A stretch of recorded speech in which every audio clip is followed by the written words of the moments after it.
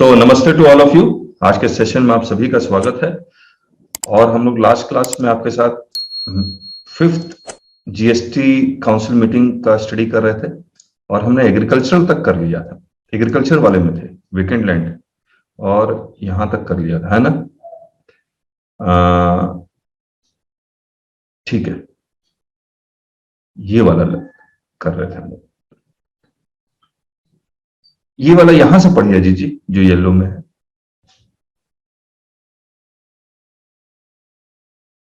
अजीत जी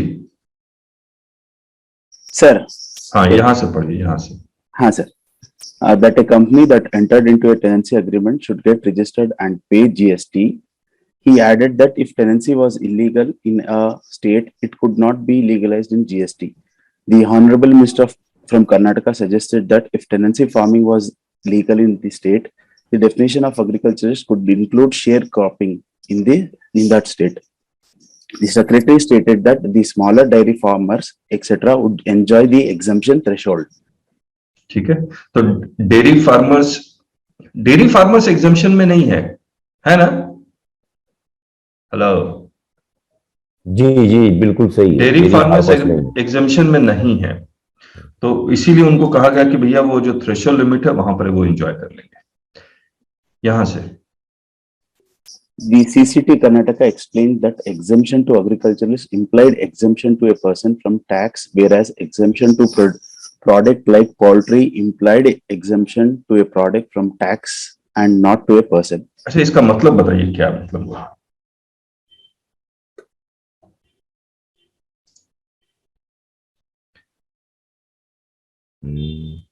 देखिए, अगर कोई एग्रीकल्चरिस्ट है जो एग्रीकल्चरिस्ट के डेफिनेशन में फॉल कर जाता है, तो उसका टर्नओवर चाहे कितना ही हो, ये सारा इसको रजिस्ट्रेशन की रिक्वायरमेंट नहीं होगी। नहीं, सेक्शन 23 में एग्जेम्पशन है, एग्जेम्पशन की रिक्वायरमेंट नहीं होगी। ठीक बात है। अब ये टैक्सेबल सप्लाई करे या एग्जाम सप्लाई करे, एज एन एग्रीकल्चरिस्ट इसको रजिस्ट्रेशन की रिक्वायरमेंट नहीं होगी। अब मुझे एक बात बताइए, इस एग्रीकल्चरिस्ट का क्या एग्रीगेट टर्नओवर निकालेंगे हम लोग? क्यों निकालेंगे, अगर टोटल एग्रीकल्चरिस्ट का ही वर्क है तो। ठीक बात है। अब मैं इसको थोड़ा समझते हैं। एक एग्रीकल्चरिस्ट है, इसने प्रॉपर्टी, कमर्शियल प्रॉपर्टी किराए पे दी हुई, रेंट, और वो खेती भी करता है। बताइए, Multiple तो आ जाएगा, तब आ जाएगा। एज एन एग्रीकल्चरिस्ट इसका, अब इसका एग्रीगेट टर्नओवर निकालेंगे? यस और नो? बिल्कुल। ये ऐड होगा एग्रीकल्चरिस्ट में, अगर रेंट इनकम, मान लीजिए रेंट यहां पर सिर्फ 15 लाख है साल का, ये 25 लाख है, तब तो निकालेंगे ना सर, तब तो थ्रेशोल्ड हमको देखना पड़ेगा। क्या ये एग्रीगेट टर्नओवर में ये ऐड होगा? सब लोग बताए, राजेश जी सिर्फ नहीं। राजेश जी तुम कह रहे हैं इंक्लूड होगा। एकदम होगा। एकदम होगा। चलिए, और अविनाश जी, अजीत जी आप भी बता दीजिए। संतोष काड़ू जी एग्जाम सर, एग्जाम हो जाएगा। मतलब ये एग्रीगेट टर्नओवर का हिस्सा होगा या नहीं होगा? एग्रीगेट टर्नओवर जिसको नहीं पता बता दो, aggregate turnover equal to taxable supply plus exempt supply. हो जाएगा सर, हो जाएगा।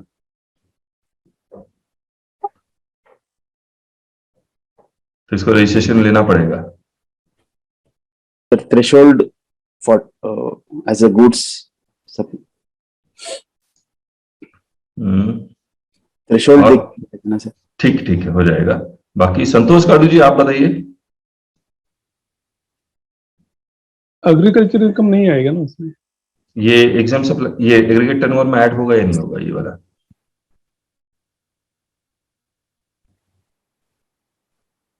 हो जाएगा सर, हो जाएगा। ओके, और कौन है, कौन बता सकता है? और रक्षित तो इंटरवल ही है। बख्शेटी जी, वैभव जी, पता नहीं मुझे क्यों लग रहा है कि नहीं होना चाहिए, मेरी अपनी फीलिंग यही आ रही है। This should not be part of aggregate turnover. कैसे सर? लग रहा है, फीलिंग यही आ रही है। मैं आपको ये सेंटेंस को दोबारा मैं पढ़ता हूँ। The CCT Karnataka explained that exemption to agriculturists employed exemption to a person from tax, whereas exemption to products like poultry implied exemption to a product from tax and not to a person. यानी कि एक registered person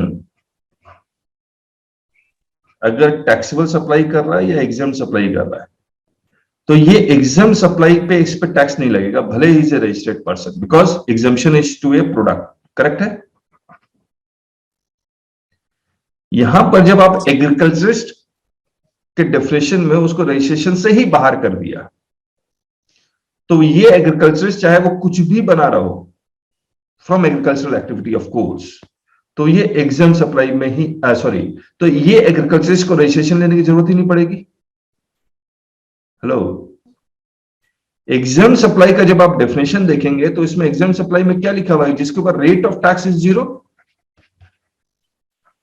hello, जब आप agriculturist, अब मुझे एक बात बताइए, क्या एग्जाम सप्लाई में एग्रीकल्चरिस्ट का टर्नओवर आएगा या नहीं आएगा? नहीं है क्या? सर साउंड नहीं आ रहा है। आवाज नहीं आ रही। आवाज नहीं आ रहा। मैं आपको दोबारा से एक्सप्लेन कर रहा हूं सारा कुछ। मैं एक बार नेट कनेक्शन चेक कर लेता हूं। ठीक है, नेट ठीक है। मैं ये कह रहा हूं, इफ ए पर्सन इज, ये इस लाइन को देखिए, इस लाइन को, like agriculturist employed exemption to a person, ठीक बात है। If you are an agriculturist, then you are exempt from registration and it is exemption to a person from tax, whereas exemption to products like poultry implied exemption to a product from tax. अब मुझे एक बात बताइएगा, poultry farming से या फिर कुछ pisciculture, sericulture, ये सारा प्रोडक्ट एग्जाम्शन है। करेक्ट है? एग्जाम सप्लाई का अगर आप डेफिनेशन देखेंगे तो उसमें लिखा हुआ, अगर अब rates of tax is 0 on what, on goods और services, then it is an exempt supply, yes or no? जो एग्जाम सप्लाई की जो डिफिनेशन है 247 में सर, हाँ, वो तो स्पष्ट ये कहता है ना, exempt supply means supply of any goods or service. Services हो जिसके ऊपर एग्जाम्पशन नोटिफिकेशन है, वो सब छोड़ दीजिए। Rates of tax on goods और सर्विसेज इक्वल टू 0, यही तो है। और aggregate turnover equal to taxable supply plus exempt supply. अब मैं अगर आता हूं, क्या एग्रीकल्चरिस्ट कुछ भी उगा रहा तो एग्रीकल्चरिस्ट एग्जाम सप्लाई है क्या? हेलो, नहीं नहीं नहीं नहीं, अगर एग्रीकल्चरिस्ट एग्जाम सप्लाई नहीं है तो इसका एग्जाम, इसका टर्नओवर क्योंकि ये एग्रीकल्चरिस्ट है, बीइंग एन एग्रीकल्चरिस्ट, इसको रजिस्ट्रेशन की रिक्वायरमेंट नहीं है, तो क्या इसका एग्रीगेट टर्नओवर में ऐड होना चाहिए?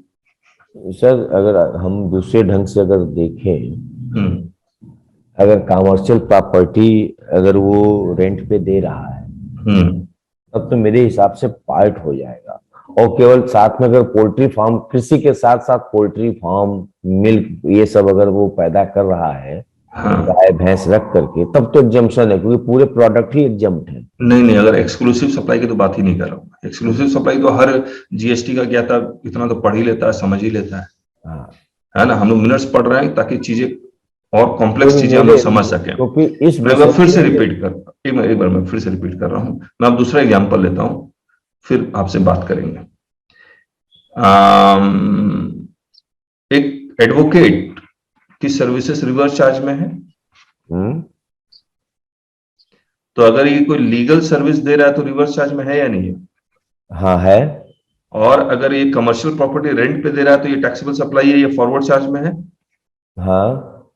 अब एडवोकेट का अगर मुझे टर्नओवर निकालना हो तो क्या ये लीगल सर्विस आरसीएम वाली ये एग्रीगेट टर्नओवर का हिस्सा बनता है या नहीं बनता है? बनता है। बनता है, लिखा हुआ है साफ साफ, बनता है। आउटवर्ड सप्लाई जिसके ऊपर रिवर्स चार्ज हो वो एग्रीगेट टर्नओवर का हिस्सा है। करेक्ट है? अब दूसरी बात, यहाँ पे पेट्रोल पंप वाले दो सर्विस प्रोवाइड कर रहे हैं, तो हाँ। Petrol is a non levy supply, non levy Correct. Supply equal to Correct. Exempt supply, तो ये भी हाँ। एग्रीगेट टर्नओवर का हिस्सा है। करेक्ट है। अब एग्रीकल्चरिस्ट के बारे में समझते हैं। एग्रीगेट टर्नओवर में क्या एग्रीकल्चरिस्ट का बारे में कोई भी जिक्र है? कहीं कुछ भी नहीं है, पूरे एक्ट में कहीं नहीं आया। Because agriculturist as a person is exempt from registration. Hello, as a person ही है वो, एज ए पर्सन, यही तो लिखा हुआ है। एज ए पर्सन ही है ये तो correct इसका एग्जाम सप्लाई या फिर टैक्सेबल सप्लाई एग्रीगेट टर्नओवर का हिस्सा बनेगा?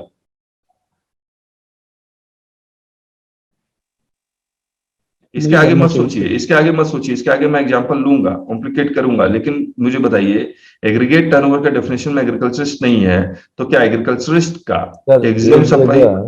एक जगह एक वर्ड आता है, अगर कोई वो ऐसा गोदाम अपने खेत में बना हुआ है जो शहर से दूर है, लेकिन अगर कृषि उत्पादन को रखने के लिए अगर किसी को दे रहा है तो वहां पे उसको एग्जम्पशन कहीं आती है। उससे क्या लेना देना है राजेश जी? नहीं, मैं ये लेना देना रुकिए, हाँ, एक मिनट, अगर वो कॉमर्शियल है वो, लेकिन अगर वो कृषि उपयोग में अगर नहीं दे रहा है, किसी अन्य उपयोग में दे रहा है, तो ठीक है, वो तो करेंगे ना, आप तो नेक्स्ट स्टेप में पहुंच आ जाएगा। ठीक, नेक्स्ट स्टेप में पहुंच गए। अब अगर ये कमर्शियल प्रॉपर्टी किराए पे दे रहा है, और मैंने आपको एक बात भी बताई थी, अगर कोई एग्रीकल्चरिस्ट ऐसा प्रोडक्ट उगाता है जो टैक्सेबल है, तो इस पे आरसीएम है। हाँ, करेक्ट।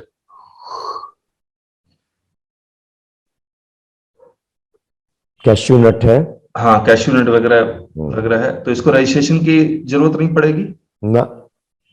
एक काम करते हैं, हम लोग एक बार सेक्शन 23 दोबारा निकालते हैं।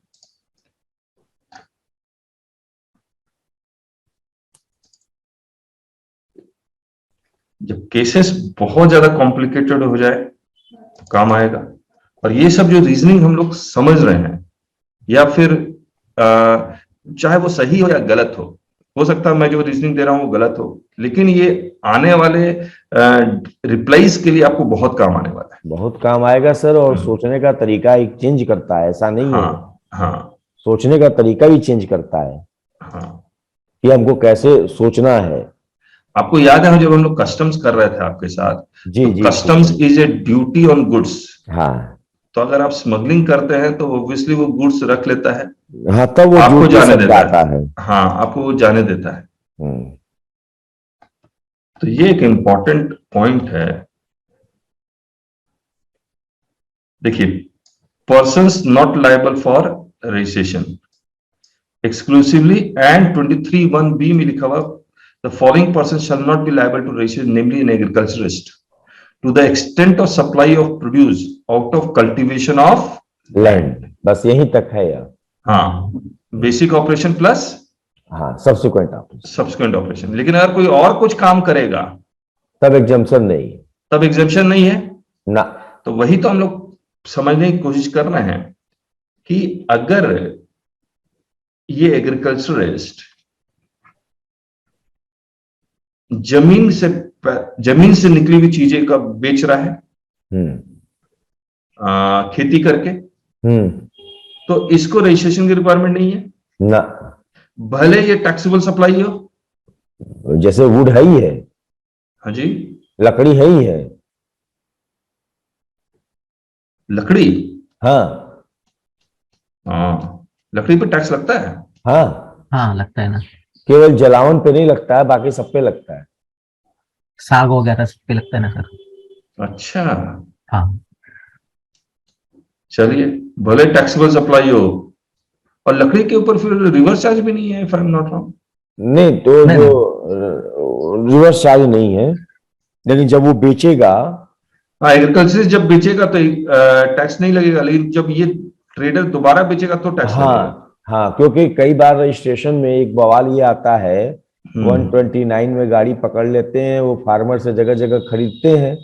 खरीद करके तब वो लोड करके अपने स्टेट को ले जाते हैं। तो कहते हैं कि एडिशनल बिजनेस प्लेस नहीं था, तो तुमने स्टोर कहाँ किया लकड़ी को। अच्छा, वो गाड़ियां पकड़ ले रहे हैं। बहुत बवाल मचा हुआ है ऐसे पे। हाँ, फिर क्या हुआ? तो फिर वो अपील में चले जाते हैं, वो छोड़ते ही नहीं है, जबकि वो समझाता है कि भाई कोई जरूरत नहीं है रजिस्ट्रेशन की, जब मैं फर्दर सप्लाई करूंगा तब तो दूंगा। अभी तो खरीद के जा रहा हूँ। हाँ नहीं, जो खरीद रहा है वो ऑलरेडी रजिस्टर्ड होगा ना। हाँ, वो ऑलरेडी रजिस्टर्ड है, तो उसको इसलिए पकड़ रहे हैं कि तुम्हारा एडिशनल बिजनेस प्लेस कहाँ है, कहाँ स्टोर कर रहे हो। सपोज करो दिल्ली वाला सहारनपुर आया, हम्म वो सब इकट्ठा किया हम्म। और अपनी गाड़ी में लोड किया हाँ, ऐसे ही होता है। और अपना ईबे बिल लगाया। हाँ। डिस्पैच फॉर्म, उसको यही समझाया जाता है भैया डिस्पैच फॉर्म अलग चीज है और हम्म बिजनेस प्लेस अलग चीज है, हम्म। लेकिन अधिकारी नहीं सुनते हैं। अच्छा, ओके ओके, चलिए ठीक है। अब मैं फिर से रिपीट कर रहा हूँ यही हम वाली लोग बात। भटक गए थे। हाँ, नहीं नहीं, ये मुझे नहीं पता था एग्रीकल्चरल वाला। तो ये लकड़ी है, ठीक है, वुड। अब मैं ये कह रहा हूं इसने कमर्शियल प्रॉपर्टी किराए पे ले ली 15 लाख, ये है 20 लाख। एग्रीगेट टर्नओवर का हिस्सा बनेगा या नहीं बनेगा, सिंस बनेगा। एग्रीकल्चरिस्ट को एग्जेम्पशन दी गई है। इसका नोट 3 पढ़िए, किसका? इसी बुक का, अपना नीचे नीचे आइए, इसी में नीचे। हाँ तो ठीक है, रिवर्स चार्ज में फॉल करता है। तब उसको बस वही एक छूट है। चलिए ठीक है, this is food for thought for all of you. हाँ हाँ डिफरेंस ऑफ ओपिनियन है, हो सकता है। अजीत जी। हाँ सर. हाँ, यहां से पढ़िए। He added that approach had been to exempt milk but not the processed product of milk, whereas if dairy as an agriculture activity was exempt, then the processed dairy product produced by an agriculturist would also be exempt. The देखिए, एक minute देख रहे हैं, ये जो कर्नाटका वाले क्या कह रहे हैं, क्योंकि agriculturist is exemption to a person, तो अगर वो प्रोसेस डेयरी प्रोडक्ट जो टैक्सेबल सप्लाई है, क्योंकि it is exemption to a person, ये वाला प्रोडक्ट प्रोसेस डेयरी प्रोडक्ट भी एग्जाम सप्लाई बन जाएगा। जो मैं बोलने की कोशिश भी कर रहा था, समझ गए आप? जैसे लकड़ी है, वो टैक्सेबल सप्लाई है, लेकिन क्योंकि पर्सन को एग्जेम्पशन है तो वो भी एग्जाम सप्लाई बन जाएगा। चलिए आगे। The Honorable Chief Minister of Puducherry observed that a very small percent of dairy, poultry farming, etc. was carried out by corporates, and due to this, the entire sector should not be subject to tax. The CCT Maharashtra stated that in his state there was no value-added tax on primary products, but processed goods like cheese, butter, and ghee attract VAT. The Honorable Deputy Chief Minister of Gujarat observed that milk cooperative was a big activity in Gujarat, and practice was to exempt the farmer being milk to the cooperative, but to the tax the subsequent value-added products. The Honorable Minister from Kerala stated that the raw agriculture products were not taxed, and as there was an exemption threshold of 20 lakhs, the existing provisions was acceptable. The Honorable Minister from Haryana stated that 50% of agriculture activity was through sharecropping and tenancy, and today even 1 year lease agreement was valid in the law. समझ में आ गया ना कि जो शुरुआत में मैंने बताया था, जो भी प्राइमरी प्रोडक्ट है उस पे जीएसटी नहीं लगेगा, लेकिन प्रोसेस प्रोडक्ट पे जीएसटी लगता है। और अभी तो चीज बटर पे भी तो बवाल मचा था ना।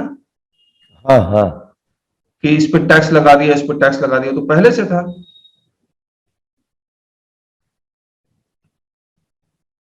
चलिए आगे बढ़ते हैं।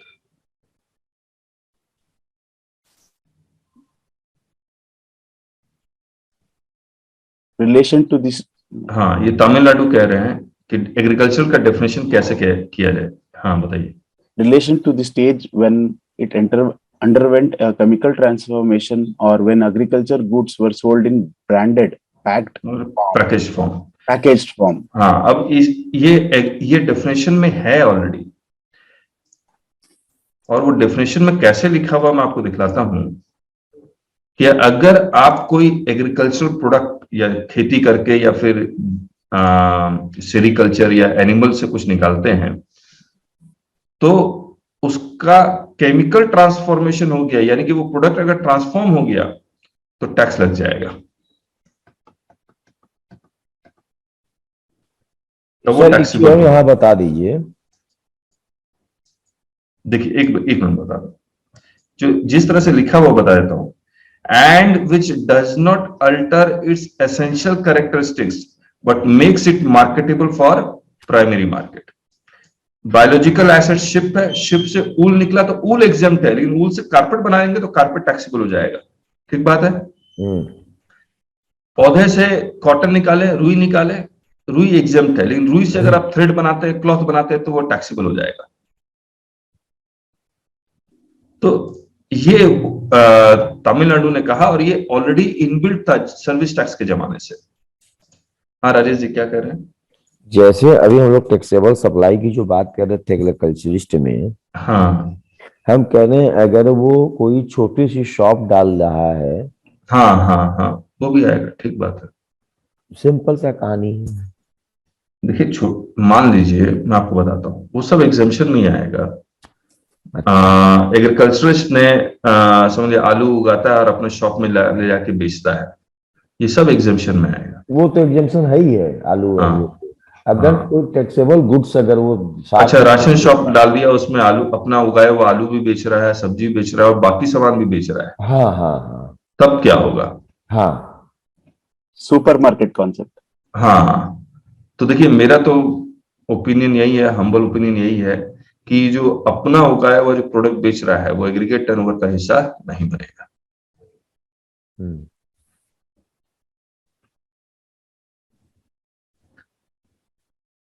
हाँ जी जी यहाँ से पढ़िए। The Honorable Minister from Haryana explained that the raising of man-made forest was part of crop diversification program of the central government by planting eucalyptus, poplar, etc. The state government also extended subsidies for such programs. हाँ The Honorable Minister from Odisha stated that the collection of minor forest products should not be taxed.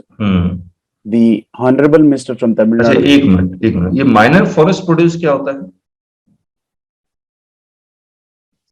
Sundarban में मधुमक्खी का वो छत्ता लगा के वो फिर वहां से फिर वो शहद इकट्ठा करते हैं। हाँ राइट, Exemption, हाँ है ना, और लकड़ी इकट्ठा करते हैं, या मतलब फॉरेस्ट में बहुत तरह के प्रोड्यूस होते हैं, वो सब वो इकट्ठा करते हैं, तो क्या उस पे एग्जेम्पशन है या टैक्सेबल है? वो एग्जाम्पशन है सर। ब्रांडेड हो गया तो नहीं, वहां कहाँ ब्रांडेड है? जंगल में जा रहे हो शहद ला रहे हो तो ब्रांडेड कहाँ है? उसमें वो तो बाद में ब्रांड बाद में बनेगा, लेकिन फिलहाल आप समझिए इस चीज को। मान लीजिए मिस्टर ए है, जंगल में गया और लकड़ी काट के ले आया, या फिर शहद ले आया, या फिर रबर ले आया, या कुछ भी जो अपने आप उग गया, कोई मेहनत नहीं गई, कोई कल्टीवेशन नहीं हुआ, ना कोई खेती हुई, तो क्या इसको वो जब बेच रहा है सेलिंग, सबसे पहले मिस्टर ए क्या एग्रीकल्चरिस्ट है? मिस्टर ए को एग्रीकल्चरिस्ट होना जरूरी है। फिर से पूछ रहा हूं कि ये जो माइनर फॉरेस्ट प्रोड्यूस जो कलेक्ट कर रहा है, does mister A becomes an agriculturist? No. Agriculturist होने के लिए आपको खेती करना जरूरी है, तो ये तो बिना मेहनत के अपने आप उगा है। हाँ. So he is not an agriculturist. As in, if he is not an agriculturist, then फिर आप प्रोडक्ट बेसिस पे जाएंगे। हाँ. पर्सन को तो एग्जाम्पशन नहीं मिली, तो प्रोडक्ट देख लीजिए। अब प्रोडक्ट में ये जो माइनर फॉरेस्ट प्रोड्यूस जो बेच रहा है, चाहे हनी हो या कुछ और चीज हो जो वहां पर लिखा हुआ नहीं है, क्या क्या हो सकता है, करीब 50 आइटम्स नोटिफाइड है what is minor forest produce. क्या ये टैक्सेबल सप्लाई है या एग्जाम सप्लाई है?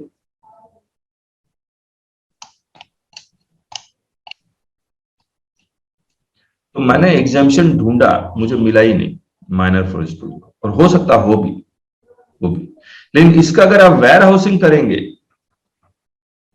तो ये एग्जाम सप्लाई है। Sir, one doubt, can I clarify? Yes, please do. Normally क्या होता है ये हनी का, ये आदिवासी लोग जाते हैं जंगल में, वो लेके आके इकट्ठा करके सोसाइटी में देते हैं। ठीक बात है। एक society further it will give to, जैसे कंपनी हो गया डाबर जैसे फॉर एग्जांपल, वहां से वो ऐसे प्रोसेस होता है। समटाइम्स वो सोसाइटी सिटी लिमिट्स में रहता है, वो रिटेल भी सेल करता है। तो इसका भी एप्लीकेबिलिटी कैसे लगेगा सर? मेरे ख्याल से जो एग्जम्पशन दिया था सर, वहां पे शायद वो जंगल के या लोकल स्थानीय कुछ ऐसे वर्ड भी थे क्या? देखिए मैं आपको बता रहा हूँ, ये services by way of warehousing of minor forest produce, tribal communities are dependent on maximum, MFP का फुल फॉर्म मैं भूल गया, और 50 आइटम्स नोटिफाइड। मुझे यहाँ पर लिखना भी चाहिए था, ये 42, ये जो नोटिफिकेशन देखेंगे ना तो उसमें आपको मिल जाएगा ये सारा, कौन से वो 50 आइटम है। और गुड्स का रेट नोटिफिकेशन देखेंगे तो माइनर फॉरेस्ट प्रोड्यूस पे टैक्सेबल या एग्जेम्प्ट तो पता लगेगा। नहीं, जैसे यहाँ पर भी उसने लिखा ना कि आदिवासी, हाँ तो उन्हीं को छूट है, अदरवाइज बाकी को नहीं है। नहीं, ये मैंने नहीं लिखा, ये तो मतलब ट्राइबल कम्युनिटीज के बारे में लिखा हुआ। अब वो नोटिफिकेशन एग्जैक्टली देखना पड़ेगा कि वहां पर ट्राइबल कम्युनिटीज वर्ड यूज है या नहीं। हाँ, मेरा यही कहना, वही मैं हाँ, देख रहा था कुछ। हाँ, ये 42 में 15/2018 ITR का नोटिफिकेशन है, निकाले क्या? ये MFP पे wild honey, seeded tamarind, dry shikakai, ये क्या है, myrobalan, sal leaves, mahua flower, mahua seeds, chironji pods with seeds. कल में आपको ना rate notification millions and value in crore, 240 crore. देखिए एस्टिमेटेड कलेक्शन इन पोटेंशियल, अच्छा खासा। तेंदू, अच्छा ये तेंदू आप बता रहे थे। बैम्बू, हाँ बैम्बू भी अपने आप उगता है। हाँ, बम्बू भी उगता है। 1900 करोड़ का बिजनेस है। बम्बू का तो बहुत तगड़ा है, और तेंदू पत्ते का, ये तो हम लोग को मालूम है सर। हाँ, अच्छा, सॉल का बहुत पहले बहुत तगड़ा बिजनेस था, तो धीरे धीरे वो सब खत्म हो गए, काट डाले सब लोग ने। किस चीज को? ये साल जो लकड़ी आती थी ना। हाँ हाँ हाँ हाँ, वो तो खत्म ही हो गया, ठीक बात। Sir how about tobacco leaves? Tobacco leaves नहीं, ये तो इसकी खेती होती है टोबैको लीव्स की। हाँ हाँ सर, खेती है, टैक्सेबल है, RCM में।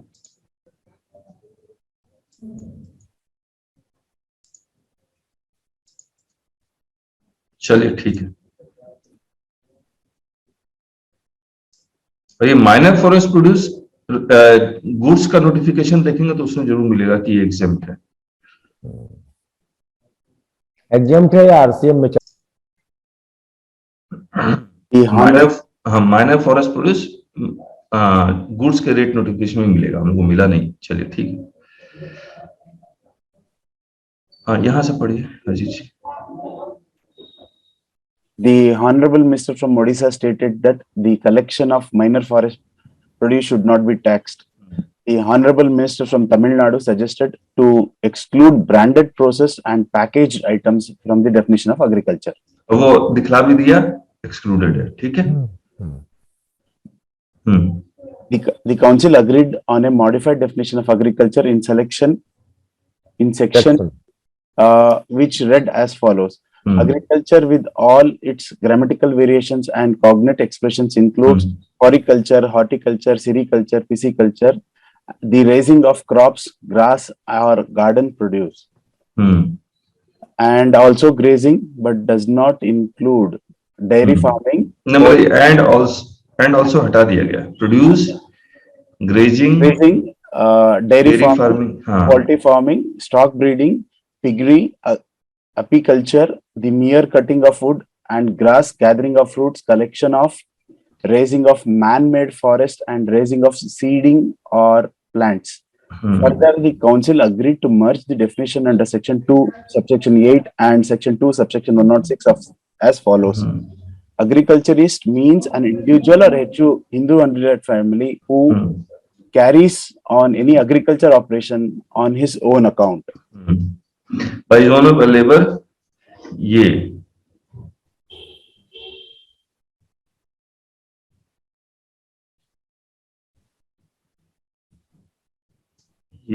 येलो कर देता है. The council did not agree to the suggestion from the Honorable Minister from Punjab to add subclause D, namely through any usufructuary mortgage or lease or otherwise, and to include cooperative society within the meaning of agriculture. ठीक बात है. हाँ, इसको तो exclude कर भी दिया गया है. अच्छा, मुझे एक बात बताइए, क्या कोऑपरेटिव सोसाइटी इंडिविजुअल मान लिया जाएगा?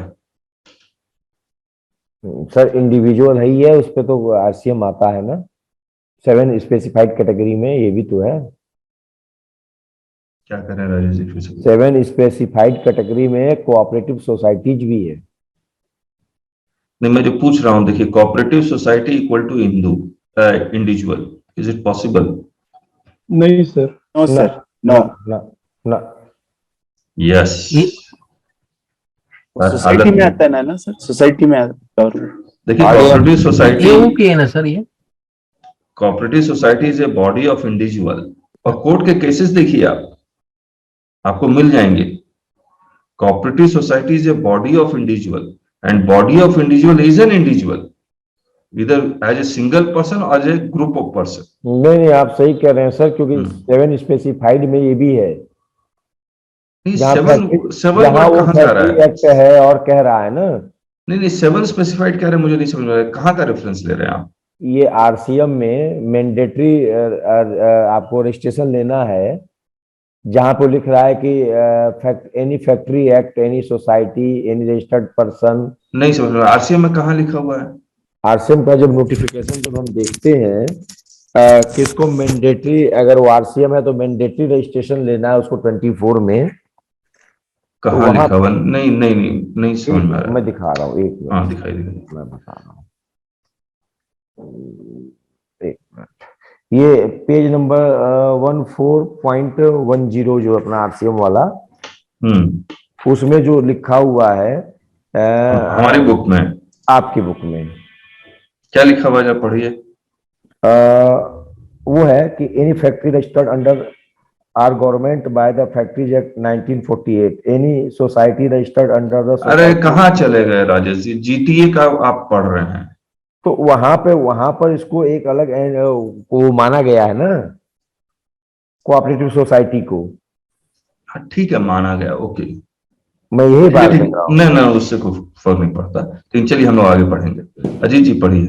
Suggested that lease of agricultural land should be exempt from service tax. अब देखिए क्या किया इन्होंने एग्रीकल्चरिस्ट के डेफिनेशन से तो इसको, ये 4th क्लॉज को बाहर कर दिया. ठीक बात है. लीज ऑफ लैंड को एग्रीकल्चरिस्ट के 9(4) में चला गया ना. अब राजेश जी, 9(4) कहाँ आ गया? ये अभी कल हमने पढ़ा है, वेकेंट लैंड पे एग्जम्पशन है, तो इसको एग्जम्पशन में डाला हुआ है. नहीं, मैं उस हिसाब से नहीं कह रहा था. अगर प्रमोटर अगर इसकी जमीन को लेकर के कोई कॉलोनी, उस पे भी तो डिस्कशन हुआ राजेश जी. सिर्फ इंडस्ट्रियल प्लॉट पे है, एग्रीकल्चर लैंड पे फिर भी नहीं है. ओके. हाँ, पढ़िए ये वाला. He stated that persons or institution performing statutory compliance should not be subject to tax under GST. देखिए, ये बड़ा इंटरेस्टिंग है. मेरे पास करीब 15 दिन पहले एक चार्टर्ड अकाउंटेंट का फोन आया. आरओसी में जो फीस जमा करवा रहे हैं उस पर एग्जम्पशन है या नहीं है? Exemption कैसे सर? आरओसी के फीस पे जीएसटी लगता है या एग्जम्प्ट है?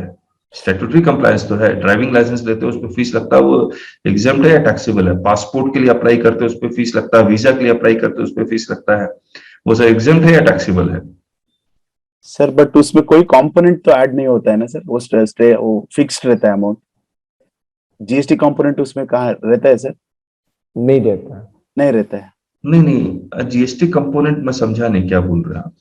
जैसे कोई एक फीस, आरओसी फीस है 400 रुपया, तो हाँ वो 400 रुपया ही रहता है, उसमें जीएसटी कहाँ एप्लीकेबल रहता है? नहीं, वो आरसीएम मांगते हैं. आरसीएम, अच्छा. हाँ, बोला any services provided to government subject to RCM, तो वो तो लेंगे नहीं भैया, आप दे दो. अच्छा. हाँ, समझ समझ रहे गया, हैं आप? समझ गया, हाँ, समझ गया। मैंने एक ऑडिट के केस में देखा कि पार्टी को डराया धमकाया, बोलता आरओसी की फीस पे जीएसटी नहीं दिया, आरसीएम पे दो। तो आरसीएम में पहले वो नोटिफाइड भी तो होना चाहिए ना। अरे नोटिफाइड तो, ओहो, मैं अभी आपको पूरा समझाता हूँ। लेकिन प्रॉब्लम ये है, आरसीएम के नोटिफिकेशन में तो है ही ना राजेश जी, वो तो नोटिफाइड ऑलरेडी है, उसमें कोई डाउट थोड़ी है। Services provided to government is in RCM, है या नहीं है? फिर कैसे कह सकते हैं नोटिफाइड हो या ना हो, वो तो है ही। लेकिन क्या स्टैट्यूटरी कंप्लायंस पे जो फीस लगती है वो एग्जेम्प्ट है या नहीं है? आप वो एग्जाम था साहब। एग्जेम्प्ट सर्विस टैक्स के जमाने में तो था ही था, लेकिन जीएसटी में मैं हैरत हो रही है, मुझे मिल ही नहीं रहा है। मिली नहीं ज्यादा जमा काय को करवा रहा है। नहीं नहीं, एग्जाम्पशन नोटिफिकेशन नहीं मिल रहा है। ये देखिए आरसीएम का चैप्टर, अगर एग्जाम का तो आरसीएम भी नहीं है ना।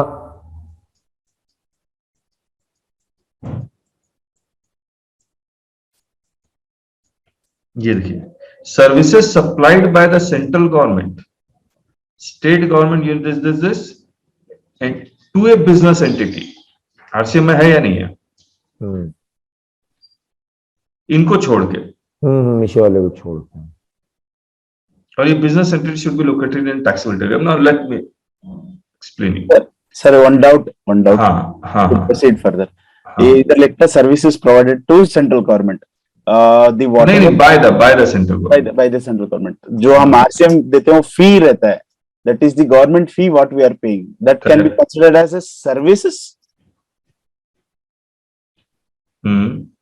The fee whatever we are paying, जो हम ROC fees या other compliance fees जो हम देते हैं, apart from ROC also, that can be considered as services. हाँ, that is a service. Fee includes services. Fee. हाँ, वो तो सर्विस है ही ना। देखिए, ड्राइविंग लाइसेंस आपको दिया जा रहा है, it is a service. Visa issue कर रहा है, पासपोर्ट इशू कर रहा है, तो सब सर्विस है, इसमें कोई डाउट नहीं है। Okay, okay. आप लेकिन जो बात मैं कहना चाह रहा हूँ वो समझिए, सेंट्रल गवर्नमेंट किसको सर्विस प्रोवाइड कर रहा है?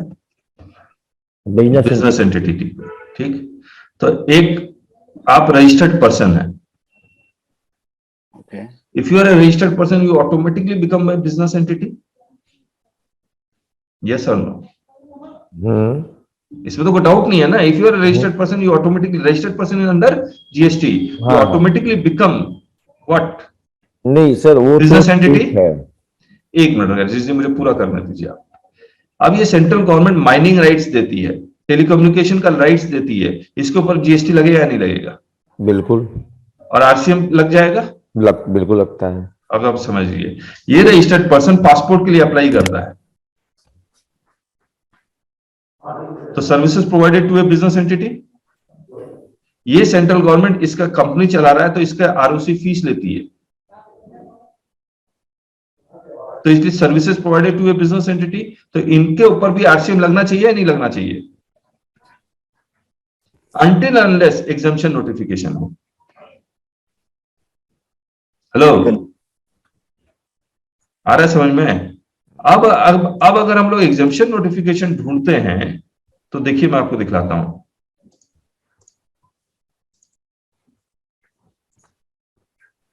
सर्विस टैक्स के जमाने में भी था ये।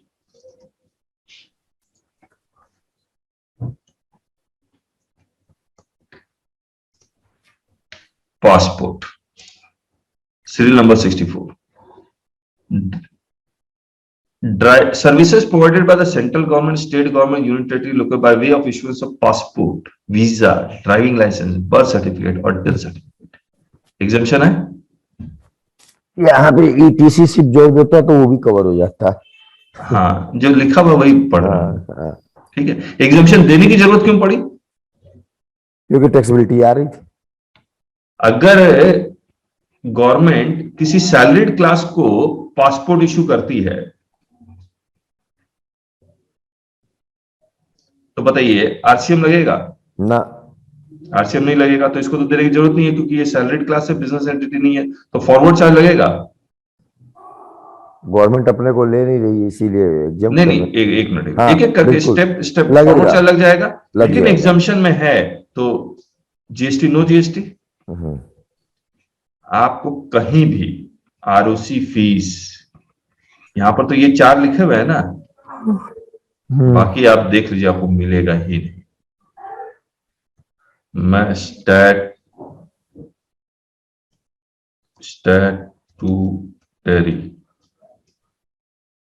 मिलेगा ही नहीं। स्पेलिंग ठीक है ना, STAT? हाँ, मिला।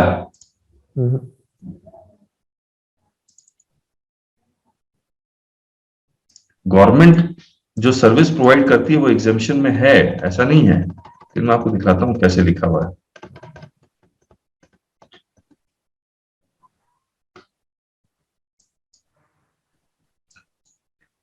3A 4 to 10।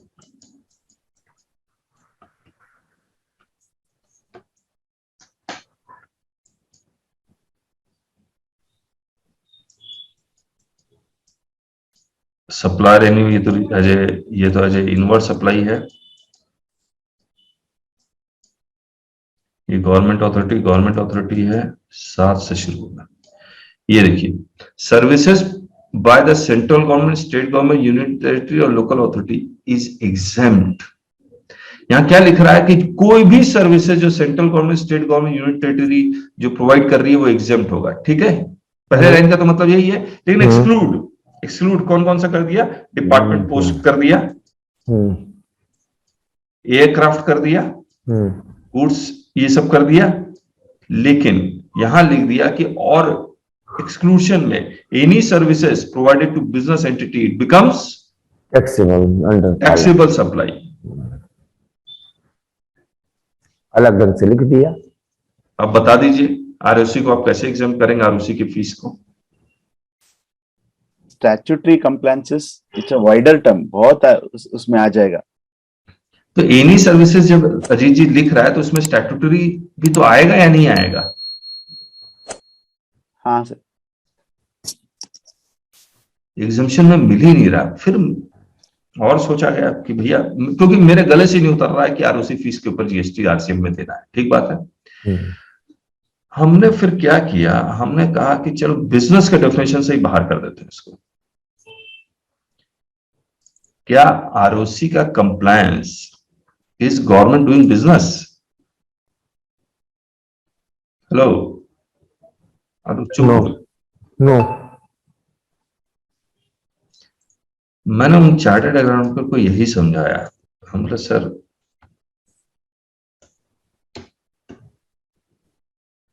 बिजनेस होगा तब तो जीएसटी लगेगा, बिजनेस ही नहीं है तो जीएसटी किस काम का?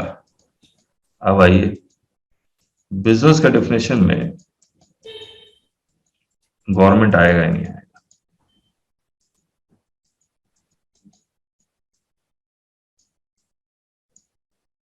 क्या लिख रहा है?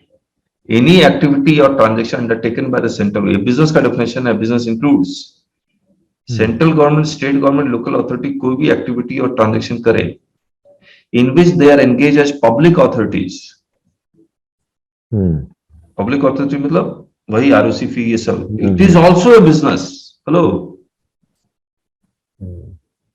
तो आरओसी के फीस पे मुझे मतलब मिल ही नहीं रहा है। लेकिन मैं आपको फिर से बता रहा हूं, ढूंढना पड़ेगा। मतलब मैं समझ ही नहीं पा रहा हूं कि इसको एग्जामिशन में मिल नहीं रहा है।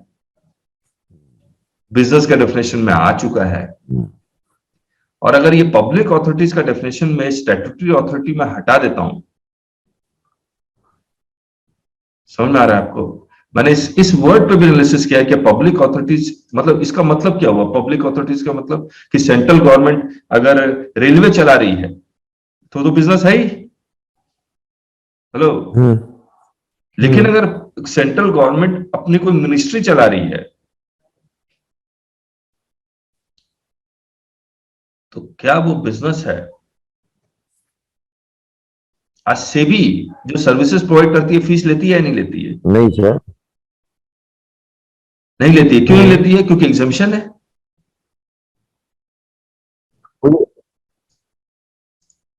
सर मुझे चीज और बताइए आरओसी का रजिस्ट्रेशन बिना जीएसटी के हम ले सकते हैं, बिना बिजनेस के ले सकते हैं? वो तो है, तो बिजनेस ROC एंटिटी तो हो गया ना। ओहो, बिजनेस एंटिटी तो हो गया। ये देखिए, सर्विसेज बाय सेबी, हटा भी दिया इसका एग्जाम्पशन। हाँ, आपकी हटाया आपकी। वाह, लीजिए, ये तो छोड़ ही नहीं रहा है। हम्म। आईआरडीए ये भी हटा दिया, कमाल। आपकी तो हटाया है सारा 47 जीएसटी काउंटर मीटिंग में। 33 34 तो पढ़ने से पता लगेगा क्यों हटाया इन्होंने। चलिए, ठीक है। Any license, हाँ से ना sir, any license, hmm, any license fee, user charges and other fee arising out of statutory compliances and related to state welfare and development measures. अब ये लिख रहे हैं कि schedule 4 of the draft GST model में इसको add कर दो। ये नो सप्लाई में तो नहीं है, हम लोग इधर उधर भाग लिए। ये नो No सप्लाई का supply तो में हिस्सा है। नहीं है। नो सप्लाई में है, कोर्ट फी करके है। नहीं, कोर्ट फी है। हाँ, एक मिनट, ये भी देख लेते हैं, क्योंकि हमने तो अपने किताब में लिखा है कि नहीं लगेगा, क्योंकि exemption नहीं है तो। स्टेटरी में तो कोर्ट फी भी है, लेकिन वहां ये एग्जम्पशन लिख रखा उन्होंने, no supply.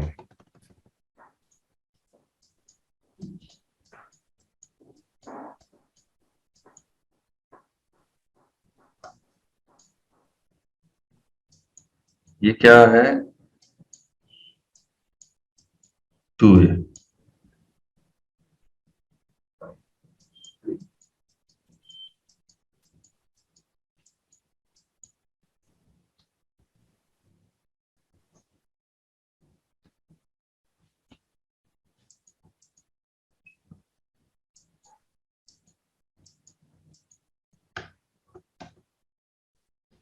No supply by way of notification.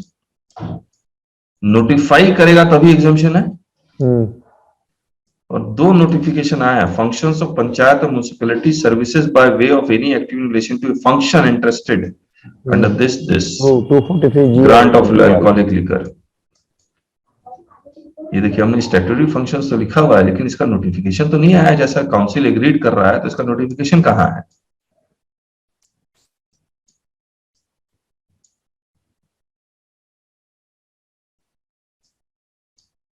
देखिए, तो इसमें म्युनिसिपैलिटी ये सब थोड़ी काम करेगा, कहीं ना कहीं तो होगा ही। माइनर फॉरेस्ट प्रोड्यूस यहाँ है, हाँ, इसमें है 243G में, 243G कॉन्स्टिट्यूशन में यहाँ भी होगा। चलिए, ये सब आपके लिए फूड फॉर थॉट है। आपको जब केसेस आएंगे तभी ये होगा। तो माइनर फॉरेस्ट प्रोडक्ट मिल गया आज? नहीं, वो तो खैर है, जब पंचायत है, पता नहीं, और देखना पड़ेगा। Section 3 meaning and scope of supply पढ़िए। The Honorable, हाँ, आ ही गया ये, अच्छा ठीक है, पढ़िए। the Honorable Minister from West Bengal suggested that under Article 366, subsection 29A of Constitution, works contract and restaurant were treated as deemed sale of Of goods. goods। Whereas in the draft model GST law, they were treated as supply of services as per para 5F and 5H in हाँ। Schedule 2. हाँ। He observed that this could lead to a legal challenges. Commissioner GST Policy Wing CBEC clarified that this issue had been referred to the Union Law Ministry for clarification, and if they suggested to keep these two categories of supply as that of goods, entry in Schedule 2 could be modified accordingly. Joint Commissioner Commercial Taxes West Bengal suggested that in order to avoid any illegal challenges, these two categories of supply could be considered as composite supply on which all provision relating to services shall apply. The council agreed to this suggestion. बताइए, अब यहाँ पर जो हमने आपके साथ discuss भी किया था कि कॉन्स्टिट्यूशन के अगेंस्ट कैसे जाएगा। अब वेस्ट बंगाल ने सजेस्ट क्या कर दिया कि इसको सप्लाई ऑफ सर्विस, और council agreed to this suggestion. तो ये यूनियन लॉ मिनिस्ट्री से कोई रिकमेंडेशन या क्लैरिफिकेशन नहीं आया क्या? उसमें लिखा ही नहीं है। तो अगर कोई चैलेंज कर दे तो इसका मतलब रेस्टोरेंट और वर्क्स कॉन्ट्रैक्ट पे एज ए सर्विसेज जितना भी टैक्स लिया गया है वो सारा इलीगल होगा। चलिए देखिए क्या होता है। The secretary clarified that under Article 265 of the Constitution, no tax could be levied without the authority of law, and therefore a rate cap was required in the legislation. He further observed that if a schedule of rates for all goods was kept in the law, it would become very cumbersome to change any rate. The Honorable Chairperson observed that if no rate was mentioned in the law, then the provision would suffer from the vice of excessive delegation. The Honorable Minister from Assam suggested to keep the rate cap of 20% in order to have more room of maneuvering the tax rates for states like his, which were prone to natural calamities. ठीक है, तो ये आज के date में भी 20% का maximum cap है। ये पढ़िए कंपोजिशन लेवी से related. After discussion, the council agreed that this provision be amended and that the benefit of composition scheme shall be availed on the basis of declaration rather than permission, subject to condition precedent being fulfilled. क्या मतलब है इसका? मुझे पढ़ना है sir? नहीं, ये आज के डेट में कंपोजिशन स्कीम आपको ऑप्ट करना पड़ता है रजिस्ट्रेशन करते वक्त या ऑप्ट करना पड़ता है ना? हाँ साल के शुरू में। चलिए ये पढ़िए। The CCT Gujarat clarified that this provision would only apply to stores selling the 5 petroleum products and potable alcohol which were excluded from GST, and they would not be entitled to avail the benefits of composition scheme. और आज भी अगर non levy supply है तो composition में नहीं जा पाएगा। ये पढ़िए। It was decided that manufacturers and service providers shall be kept out of the composition scheme. He explained that this decision needed to be revisited in order to give relief to the manufacturers in the micro, small and medium enterprises sector, who currently enjoy the exemptions from central excise duty up to a turnover of 1.4 crores, and taxing them at a normal combined rate of GST and SGST would erode this competitiveness. ठीक है, तो manufacturer को क्यों decide किया गया include करना? Because of MSME sector. The Honorable Minister from Tamil Nadu strongly argued for a composition scheme on the basis of capacity of a unit instead of its turnover, such as that for a brick. अब आप सोचिए 2016 में ये लोग चाह रहे थे capacity based taxation लाने के लिए कि अगर आपका प्रोडक्शन कैपेसिटी 1000 टन है तो आप प्रोड्यूस करें या ना करें 1000 टन के ऊपर जीएसटी दे दीजिए, यही है ना? ब्रिक के ऊपर आज पूरे जीएसटी में क्या कैपेसिटी बेस्ड टैक्सेशन है? अब नहीं है। नहीं है ना। ब्रिक के ऊपर उन्होंने रेट ही बढ़ा दिया। बिल्कुल। कितना कर दिया राजेश जी? हमने तो बहुत डिस्कशन किया था। 6% और फॉरवर्ड चार्ज में 12%। 6% आरसीएम में? नहीं, नो आईटीसी। हाँ, 6% नो आईटीसी और 12% विथ आईटीसी। राइट। पहले रेट क्या था? पहले वही 1% था। नहीं, 5%। नहीं, स्टार्टिंग में 5% था, बाद में 2% कंपोजिशन में था, फिर वो 1% हो गया था। ठीक है, तो आज ब्रिक वाले कंपोजिशन में जा पाएंगे ना? है ही नहीं, समाप्त कर दिया उनके लिए। समाप्त कर दिया, कंपोजिशन में जा ही नहीं सकते। हाँ। He observed that this would avoid the need for verification of turnover. Secretary stated that it would be administratively difficult to fix capacities for different industries. The CCT Karnataka explained that presently the capacity-based composition scheme was available to different industries in different states, such as plywood in Haryana, marble in Rajasthan, brick kiln in Tamil Nadu. But GST, there would be a national-wide coverage of manufacturers under the composition scheme, and therefore fixing capacities for difficulty kind of industries would be very difficult. The Honorable Minister from Karnataka further observed that verification of declared capacity would require visits by officers of the tax department, which was not desirable. The Secretary observed that an industry-wise capacity-based levy would be difficult to implement in GST. देखिए आज के date में हो क्या रहा, BRICS में 6% 12% करने के बाद भी क्या कर रहे हैं इन लोग यूपी में? यूपी के एक डिप्टी कमिश्नर का मेरे पास फोन आया था जब हमने वीडियो डाला था इसके ऊपर, तो वो मुझे एक्सप्लेन कर रहे थे कि ये 6% 12% क्यों कर दिया गया कैपेसिटी के कारण। आज के डेट में जब नोटिस आता है, मनीष जी को भी नोटिस आया, राजेश जी को भी नोटिस आया हुआ है, वो ये कह रहे हैं कि भैया आप प्री जीएसटी रिजिम में मान लीजिए 1000 रुपया टैक्स दे रहे थे, पोस्ट जीएसटी रिजिम में आप 200 रुपया टैक्स दे रहे हैं। तो ये डिफरेंस एक्सप्लेन कीजिए, क्योंकि उनको लगता है कि भैया प्रोडक्शन कैपेसिटी के बेसिस पे, प्री जीएसटी रिजिम के बेसिस पे मुझे 1000 रुपया मिलना ही चाहिए, और तमाम तरह के profit and loss account, balance sheet सारा मांग रहे हैं। ठीक बात है? हेलो, अरे बता दीजिए मनीष जी और राजेश जी, आया है नहीं आया? राजेश जी को आएगा ना, नोटिस आया था राजेश जी को। हाँ हाँ। सर नमस्ते, मैं अभी थोड़ा सा हाँ। फोन आया था तो घर पर आ हाँ Manish ji. Sir notice capacity पे नहीं आया था, हाँ कैपेसिटी, हाँ लास्ट ईयर के टर्नओवर बेस पर। यस, मैं वही बोल रहा हूं। तो वो उनके दिमाग में कैपेसिटी है कि इतना मुझे कैपेसिटी के बेसिस पे टैक्स मिल रहा था, अब टर्नओवर का, अब इसीलिए पूरा डिटेल मांग लेते हैं। पहले तो वैट उनको में लगता था है, कैपेसिटी पर। हाँ, क्योंकि उनको लगता है कि आप बिना इनवॉइस के आप सप्लाई कर रहे हैं। पढ़िए आगे। The Honorable Minister from Uttar Pradesh did not favor taxing the manufacturers and traders at the same rate, as economy value addition was very different in these two sectors. The Honorable Minister from Jammu Kashmir stated that the गर्म पानी लाओ। rate for manufacturers and traders should be kept uniform in order to avoid dispute as to who was a trader and who was a manufacturer. Manufacturer. तो आज के date में वो तो difference खत्म हो गया ना, दोनों पे 1-1% है। कंपोजिशन में चाहे आप मैन्युफैक्चरर हो या ट्रेडर है, दोनों पे 1% है। 1%, सब पे 1%, सिर्फ टर्नओवर। लेकिन डिफरेंस क्या है पता है आपको? हाँ मालूम है सर। क्या बताइए? जैसे इसके टर्नओवर में जो है एग्जाम सप्लाई भी अगर है, यस, तो exclude मैन्युफैक्चरर नहीं को कंपोजिशन में अगर है मैन्युफैक्चरर, तो उसको टैक्सेबल प्लस एग्जाम दोनों पे 1% देना है। लेकिन ट्रेडर को सिर्फ 1% of taxable supply, taxable goods की सप्लाई के लिए। इसको भी यूनिफॉर्म करते हैं वो, जबरदस्ती कॉम्प्लिकेशन लेके आए हुए हैं।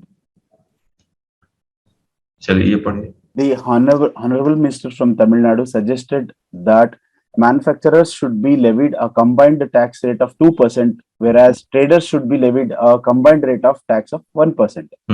The Honorable Minister from Tamil Nadu strongly proposed that a 5 states had a capacity-based levy. The council should consider a rate of 2% or a capacity-based levy.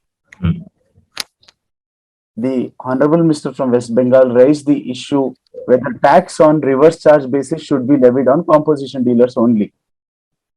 The एक मिनट, ये क्या मतलब हुआ? द ऑनरेबल मिनिस्टर फ्रॉम,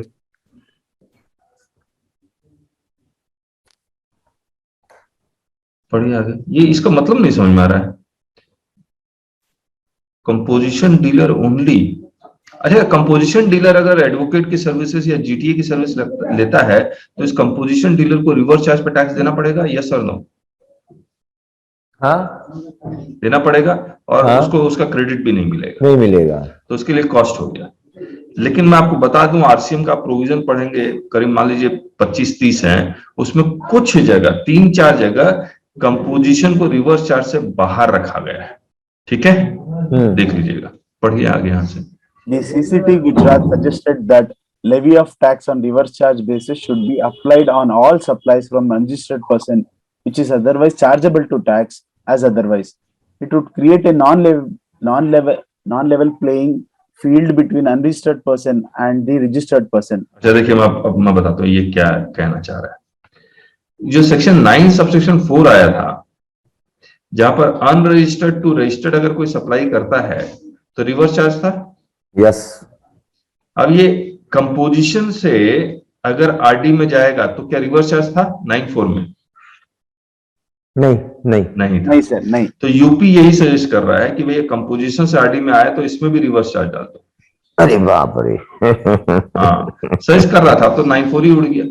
हाँ हाँ हाँ, यहाँ He, से fur- he further added that without such a provision, it would be beneficial to buy goods from an unregistered person, as no tax was paid at the time of receipt of goods, even when incident of tax had arisen. Council accepted this suggestion and decided that there shall be a reverse charge on all commodities supplied by an unregistered person, which is otherwise chargeable to tax, to a registered person, including a taxpayer under the composition scheme. अभी suggestion तो यही था, लेकिन ultimately हुआ नहीं। Time of supply of goods. The CCT Karnataka added that for some goods there was gap of about 3 to 4 months between receipt of advance and delivery of goods, that the government should not be deprived of tax for this period. Hold कीजिए अब। Advance received against goods, शुरुआत में GST लग गया था उसमें। हाँ sir. हाँ था शुरू में फिर उन्होंने कुछ अक्टूबर में लेके आया, भैया 1.5 करोड़ तक का अगर टर्नओवर है तो हम एडवांस पे जीएसटी नहीं लेंगे। हाँ, बाद में नवंबर, फिर 1 महीने बाद नवंबर में कहा कि भैया इस पे जीएसटी लगेगा नहीं। भाई एडवांस पे लेके क्यों आए? क्योंकि भैया एडवांस पे 3-4 महीने तक जो गवर्नमेंट को रेवेन्यू नहीं मिल रहा था, वो गवर्नमेंट रेवेन्यू चाहती थी, है ना। यहाँ से पढ़े।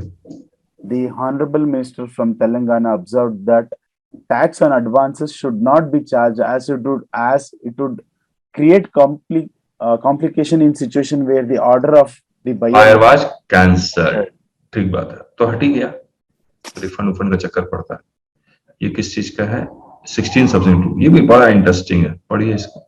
The Commissioner GST Policy Wing CBSE clarified that it was an anti-evasion measure. अच्छा, ये क्या एंटी, मैं बता देता हूँ। जो 180 डेज के अंदर पेमेंट करना है ना आपको, हाँ, उसके बारे में बात हो रही है। Anti-evasion measures, and that the credit reversed after 3 months could be again taken once the recipient of service had made payment to the supplier. एक मिनट होल्ड कीजिए, मैं आपको बताता हूँ क्या शुरुआत में मैंने पढ़ा हुआ है। मान लीजिए सप्लायर है, रिसिपिएंट है, उधार का सेल है, क्रेडिट सेल है। क्रेडिट सेल किस चीज का? गुड्स का या सर्विसेज का? सर्विसेज का। नहीं, शुरुआत में जब काउंसिल मीटिंग में डिस्कस हो रहा था, ओरिजिनली ये सर्विसेज के ऊपर ही था, गुड्स के ऊपर नहीं था। ओके सर, ठीक है। और इसमें 3 महीने का टाइम गैप है, 3 महीने के अंदर पेमेंट करना है। नहीं पेमेंट करोगे तो रिवर्स कीजिए, जब पेमेंट करोगे तो फिर से अवेल कर लीजिए। ठीक बात है? Okay sir. अब उनका रीजनिंग ये था कि भैया सर्विसेज नजर नहीं आता, इसलिए कंप्लायंस मेजर के लिए ये पेमेंट करना जरूरी है। इनका ये भी कहना था कि आज फेक बिलिंग सर्विसेज का बहुत ज्यादा होता है। कोई भी कंसल्टेंसी के नाम पे बिल इश्यू कर देता है और ये क्रेडिट ले लेता है। ठीक? आज मान लीजिए सर्विसेज है, रिसिपिएंट है, मैंने इसको बिल इश्यू कर दिया, कितने रुपए का? 10 लाख का, और इसको 18% लग के 1.8 लाख का ले लिया, और ये इसको कभी पेमेंट ही ना करे, नो पेमेंट, इसका मतलब फेक बिल हो गया। Yes sir. तो इसीलिए सर्विसेज क्योंकि नजर नहीं आता है, इसीलिए उन्होंने कहा भैया पेमेंट करना जरूरी है, पूरा का पूरा, या पूरा ना करो कम से कम 1.8 लाख तो करो, and it should be gone, recipient को क्रेडिट देंगे। वो बैंक में ही जाना चाहिए ना सर, वो रिफ्लेक्ट होना चाहिए। नहीं, ऐसा कुछ नहीं है, ऐसा नहीं, बट ऐसा कुछ नहीं है। ठीक है, लेकिन इनकम टैक्स का तो प्रोविजन है ना, 10,000 रुपए से ज्यादा अगर आप पेमेंट कैश में करते हैं तो हम आपको डिडक्शन नहीं देंगे। हाँ सर। ठीक है, वो सब तो प्रोविजन है, क्योंकि आप इसको इनकम टैक्स में भी दिखलाएंगे। तो ये डिस्कस कर रहे हैं पूरा उसी चीज को। दोबारा से पढ़िए यहाँ से अजीत जी। The Commissioner GST Policy Wing CBSE clarified that it was an anti-evasion measure, and that the credit reversed after 3 months could be again taken once the recipient of the service had made payment to the supplier. The Honorable Minister from West Bengal raised a question as to why the same principle was not applied to goods, to which the Commissioner GST Policy Wing CBSE clarified that goods being tangible, there would be a proof of it receipt, which was not the case in service. There was only a book entry. The council, after further discussion, agreed to keep similar provision of goods and services, and further agreed that the time period for making payment shall be increased from 3 months to 6 months from the date of issuance of notice. आप सोचिए, services पे actually इसका idea किस पे लेके आना चाहिए था? सर्विसेज पे, वो गुड्स पे भी लिया है। मतलब गुड्स के ऊपर ई वे बिल आ गया, 6 महीने के अंदर पेमेंट आ गया। ये पढ़िए।